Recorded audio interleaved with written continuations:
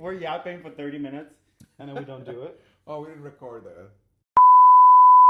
Hey guys, this is Legally Brunettes, a podcast where we're going to be discussing everything that has to do with real estate in Puerto Vallarta.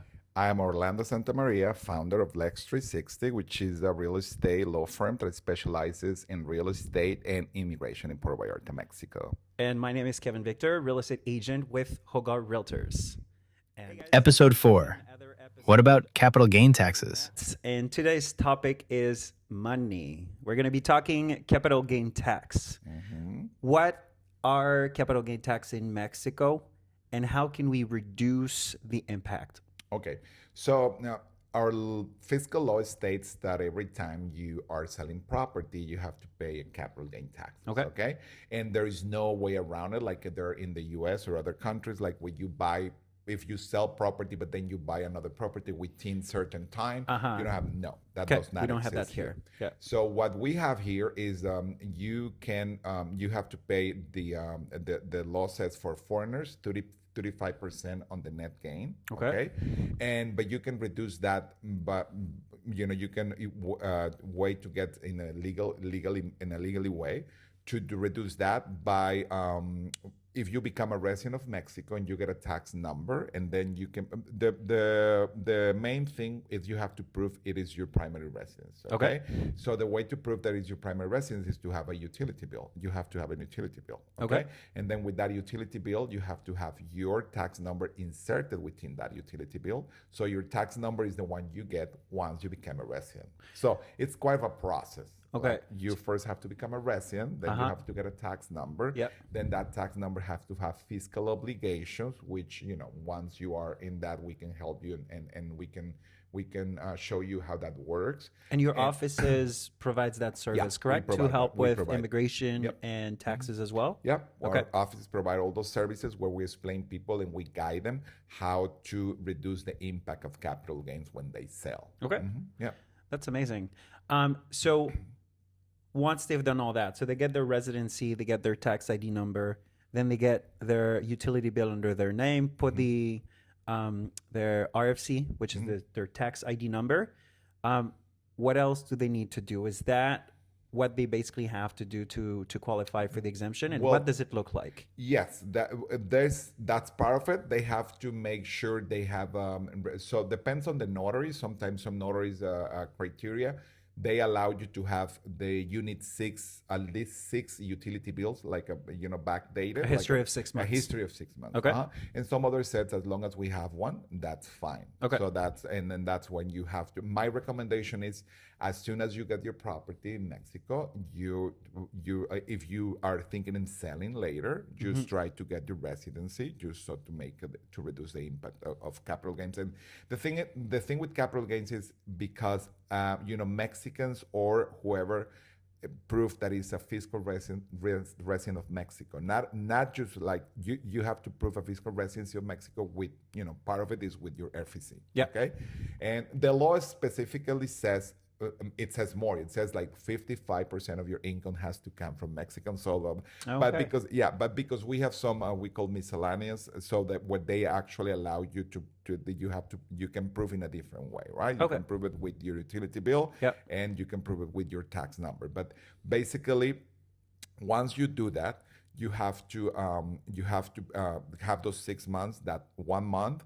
And for Mexicans, we can use, and also for foreigners with a tax number, like that's what I'm trying to explain. It's a bit your tax ID number. It's a bit very complicated. Important. But you can use what we call the exemption. So capital gain exemption. Okay. So capital gain exemption are right that the law gives you. You can use every 3 years. Okay. And in the fiscal law, if you ask ChatGPT, you can confirm what I'm saying. It says it gives an investment units. They call UDIs. Okay. So it's 700,000 UDIs. And back in the day when this was created, I'm just going to give you the information from before how this was created. UDIs was equivalent to 1 peso. Okay. So when the government started giving creditors to people in Mexico, Mexicans, they were saying, oh, we're going to give you your home. We're going to value in 50,000 UDIs. And don't worry, you're going to pay us those back in 10 years. And don't worry, governments, they would say the UDI will always be 1 peso. So 1 peso equals 1 UDI. Well, It changed. Sometimes lie. So it changed. They So like to change things just once in a while. Once in a while. So UDIs now are not worth 1 peso. UDIs are worth way more now. So 700,000, supposedly to be 700,000 pesos, but no. Now 700,000 UDIs, equivalents around like 6 million pesos right now. Okay. The value of the UDI is given every year. So every month actually within the year. So so now it's around 6 million pesos, which is around 300 with the equivalent of the dollar. 340 now? 340, something like that. Yeah, 340,000.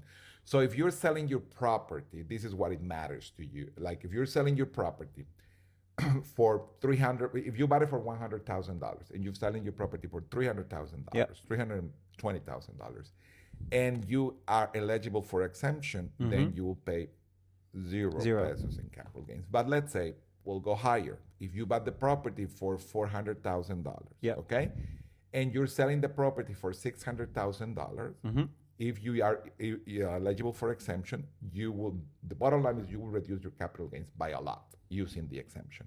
But this is the beauty of it. If it's 2 owners, then you sum the 2 exemptions. So you could double it. Yeah, you can double it. So basically here it's per person. So then if you sell for $600,000, the property you buy for $400,000. Then it's zero again. Zero again. So 2 owners, let's say a married couple that purchased the property together, both of their names are on the trust. Both of them have the residency tax ID number and a utility bill under both of their names. So let's say one has internet, the other one has electricity. Technically, they could qualify for the exemption. Yeah, we just have to review like everything, like because a lot of people say, oh, I have the residency. They told me I was going to not pay taxes. I'm like, no. You don't want the bad surprise like on closing day saying you actually owe this much. Exactly. Yeah. So what I usually recommend clients and, real estate agents and all that, I've said, when you have a listing, make sure your client communicate with us or, so we can explain them how this works. And also we explain them how it works in their countries of origin. So it's different from Canadians, that is different from Americans, because we have a non-double taxation agreements with the US and Canada, but you just have to know which state, like it's, you are declaring your taxes, because in some states, on top of the Mexican tax, like if you pay taxes in Mexico and then let's say you will have to pay $20,000 in taxes here. And in that state in the US, you have to pay $30,000. They will charge you the difference, the $10,000. Oh, okay. So it really varies state by state. And I usually recommend my clients, I tell them, I'll give you all the paperwork from the Mexican side, but then just make sure you ask somebody on the your US side or Canada, like, if you're complying with their legislation. Okay. All right, guys. Thank you so much for watching. I hope you found that interesting. And if you like it, if you really like it, you can follow us right here. Look at here. Yes. Right here. Because we're going to be broadcasting every week. All right. Bye, guys.